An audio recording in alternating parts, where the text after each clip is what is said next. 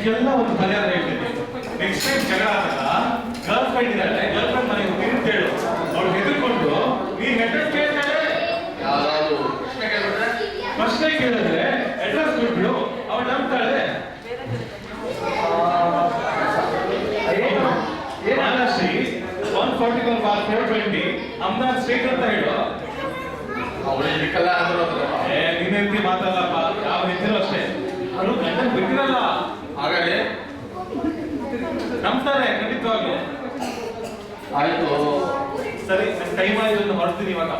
ಕಾಯ್ತಾ ಇರ್ತಾಳೆ.